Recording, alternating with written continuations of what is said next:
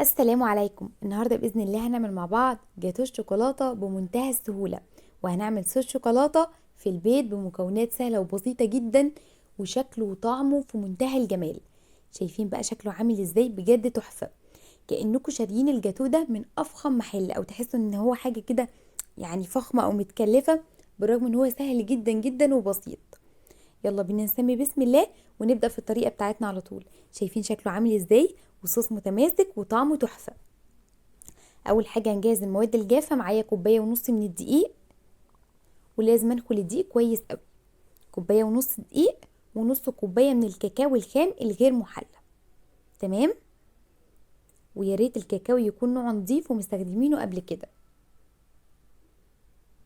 عشان الكاكاو عامل مهم جدا في نجاح الكيكه. وهحط كيس من الكيك شيف او البيكنج باودر، وطبعا ذره بسيطه جدا جدا من الملح. وكده خلصنا المواد الجافه. تعالوا بقى نشوف هنعمل المواد السائله ازاي. هنعمل كل حاجه في الخلاط، ولازم الكوبايه اللي استخدمها تكون واحده في كل المكونات. هجيب شفشق الخلاط واحط فيه 4 بيضات بدرجه حراره المكان، وسواء البيض او الحليب بدرجه حراره المكان. كل المكونات اللي انا مستخدماها مطلعاها من التلاجة. وطبعا 4 بيضات عليهم كيسين من الفانيليا، بودر او سايله اللي موجود عندك اشتغلي بيه، بس انا بحب البودر اكتر. تمام. وهحط كوبايه من السكر بنفس الكوبايه اللي معايره بيها كل حاجه. كوبايه من السكر، يفضل ان السكر يكون لونه فاتح. ومعايا كوبايه من الحليب وكوبايه الا ربع من الزيت، وهضرب المكونات دي كويس قوي قوي مع بعض في الخلاط. تعالوا بقى نحضر الصوص اللي انا متاكده انه هيعجبكم، وصدقوني مش هتشتروا صوص شوكولاته من بره تاني ابدا، طعمه خرافي وسهل جدا. هنجيب اي حاجه عندنا كده بتتحط على النار، طبق، حله، اي حاجه. هحط فيها نص كوبايه من الكاكاو الخام الغير محلى،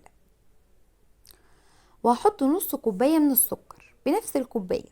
نص كوبايه كاكاو ونص كوبايه من السكر، سكر حبيبات عادي جدا. وبعدين احط كوبايه الا ربع من الحليب، كوبايه الا ربع من الحليب عشان الكاكاو بيتقل القوام شويه. ومعايا نص كوبايه من الزيت، يبقى كله نص كوبايه ما عدا الحليب كوبايه الا ربع. هدوب كده الصوص على البارد، وبعدين ارفعه على النار 3 4 دقايق بالكتير قوي. كل حاجه بس كده تمتزج مع بعض، وبعدين اشيله من على النار واسيبه يبرد. شايفين شكله عامل ازاي؟ بجد تحفه جدا. تعالوا بقى نسيبه يبرد وبعدين نحضر الكيك. هجيب بقى خليط المواد السائلة احطه على المواد الجافة، واقلبهم كويس جدا جدا مع بعض في اتجاه واحد. تمام. حلو جدا. لو حسيت ان القوام تقيل شوية زودوا شوية من الحليب وقلبوا. القوام يا جماعة بيكون وسط. القوام بتاع الكيك ما ينفعش يبقى تقيل عشان الكيكة ما تطلعش مكتومة. القوام بيكون وسط، لا هو تقيل ولا هو خفيف.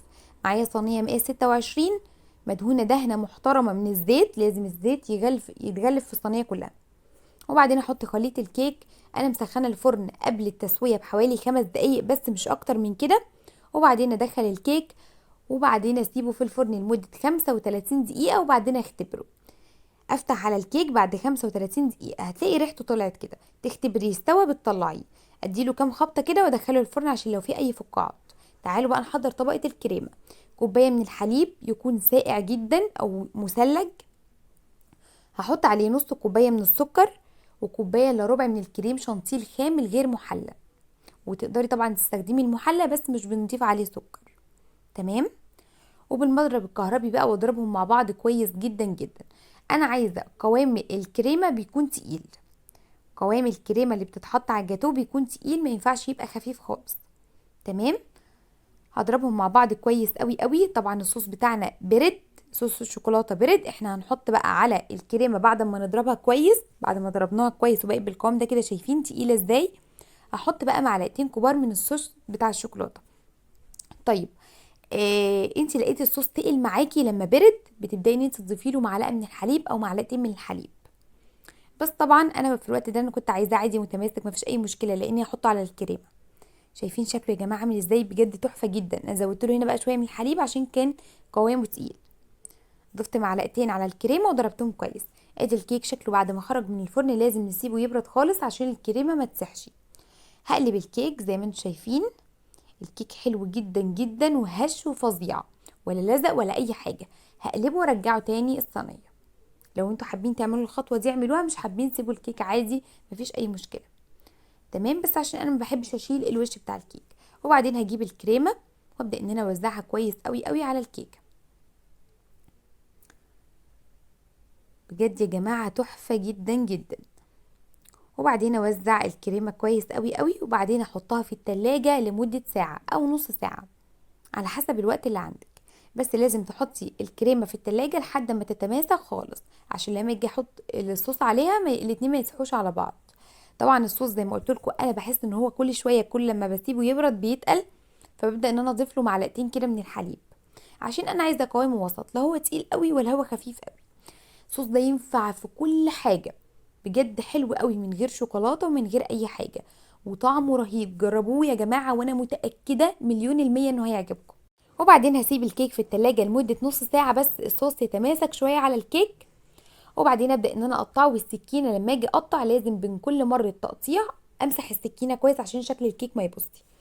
بصوا بقى يا جماعة، لكم ان تتخيلوا الطعامة والحلاوة بتاع الكيك، والله العظيم احلى من اي جاتوه شوكولاتة دقتوه بره قبل كده.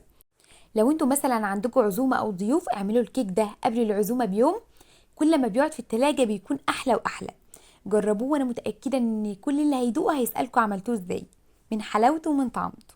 وبس كده الفيديو بتاعنا خلاص خلص. يا رب يكون عجبكم والطريقة تكون سهلة وبسيطة، والجاتوه السهل السريع اللي عملناه مع بعض النهاردة يكون عجبكم. واسيبكم في رعاية الله، واشوفكم على خير الفيديوهات الجاية. والسلام عليكم ورحمة الله وبركاته. مع السلامة.